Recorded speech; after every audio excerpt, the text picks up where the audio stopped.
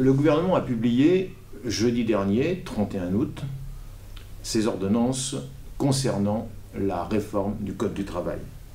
Ces ordonnances, tout à fait dans le prolongement de la loi d'habilitation, détricotent systématiquement toutes les conquêtes de décennies de lutte de classe. Garantie qui assurait des protections collectives aux salariés. Il s'agit d'une question décisive pour les travailleurs. Le POID a décidé de donner à chacun les moyens de se faire une opinion. Son journal, La Tribune des Travailleurs, publie sur 3 pages pleines une trentaine d'articles qui sont décortiqués point par point, mot par mot. Quelle est la nouvelle proposition du gouvernement? Quelle est la situation actuelle? Et quelles leçons faut-il en tirer? Prenons un exemple. L'article L1242-13 du Code du travail. La méconnaissance de l'obligation de transmission dans le délai fixé par cet article ne saurait à elle seule entraîner la requalification en contrat à durée indéterminée. Elle ouvre droit pour le salarié à une indemnité à la charge de l'employeur qui ne peut être supérieure à 1 mois de salaire. Vous n'avez rien compris, c'est fait d'exprès, c'est rédigé naturellement pour qu'un travailleur ne puisse pas être informé véritablement de ce qui se prépare contre lui. Mais qu'est-ce que ça signifie? Ça signifie que jusqu'ici, lorsqu'un salarié rentrait dans une entreprise, au bout de 2 jours, si l'employeur ne lui avait pas signifié qu'il était embauché en CDD, en contrat à durée déterminée, il était alors embauché automatiquement en CDI, en contrat à durée indéterminée. Désormais, cette obligation d'un délai de 2 jours ne compte plus, n'est plus prise en compte. Ce qui signifie qu'un employeur pourra parfaitement faire traîner ainsi le délai et se laisser toute la possibilité, au bout de plusieurs semaines, pourquoi pas au bout de plusieurs mois, d'annoncer à un salarié que finalement il est embauché en CDD. Pour le POID, une seule conclusion à tirer, le retrait de ces ordonnances.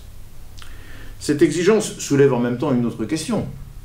Quels moyens pour imposer au gouvernement de reculer et de retirer ces ordonnances? Peut-on avancer, comme certains le font, que la concertation a permis d'éviter le pire? Ou bien sommes-nous confrontés, au contraire, à un véritable basculement donc, des droits dans ce pays, confrontant les travailleurs seuls face à leur employeur au lieu du cadre collectif qui jusqu'ici a assuré leur protection?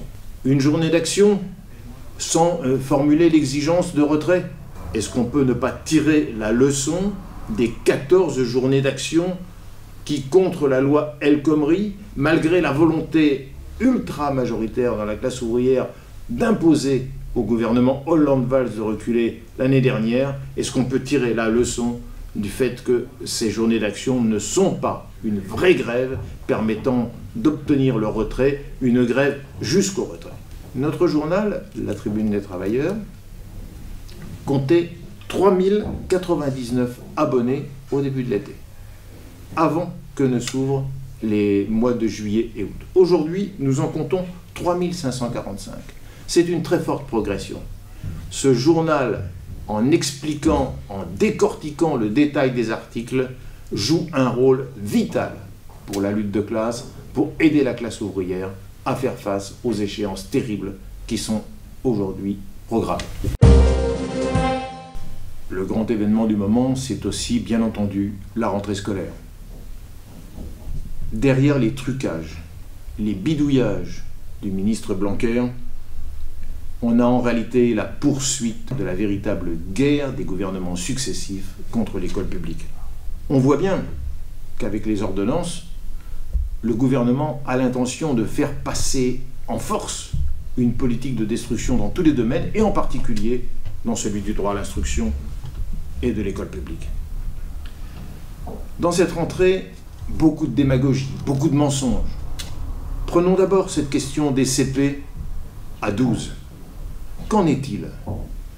Qui pourrait être contre le fait que les 2500 classes de CP se situant dans les réseaux d'éducation prioritaire, dans les zones dites les plus défavorisées, qui pourrait être contre que l'effectif des élèves soit à 12? Personne, bien entendu. Mais à moyen constant, cette décision se solde par des conséquences absolument désastreuse pour certaines écoles et pour certaines communes. Il n'y a pas les locaux. On est donc obligé de mettre au milieu de la classe un rideau ou un tableau. En réalité, dans la même salle, il y a 2 enseignants, vous imaginez. Ou bien, on a été obligé de restructurer les classes.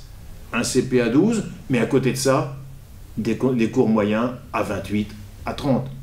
C'est inadmissible. Ou bien, des élèves qui auraient été accueillis, des élèves de moins de 3 ans, qui auraient pu être accueillis et qui ne le sont plus. Prenons maintenant la question du renforcement du latin et du grec, mesure présentée avec beaucoup d'éloquence par le ministre Blanquer pour donner aux élèves des racines et des ailes, comme il a dit. On apprend par un lecteur que dans son collège, par exemple, 75 élèves s'étaient inscrits pour faire du latin, seulement 50 ont été retenus. Et les 25 autres? Où est le droit? Un des faits qui se retrouve dans tous les journaux, c'est bien entendu cette question de suppression des contrats aidés. 149 000 contrats aidés rayés de la carte, dont 23 000 rien que dans l'éducation nationale.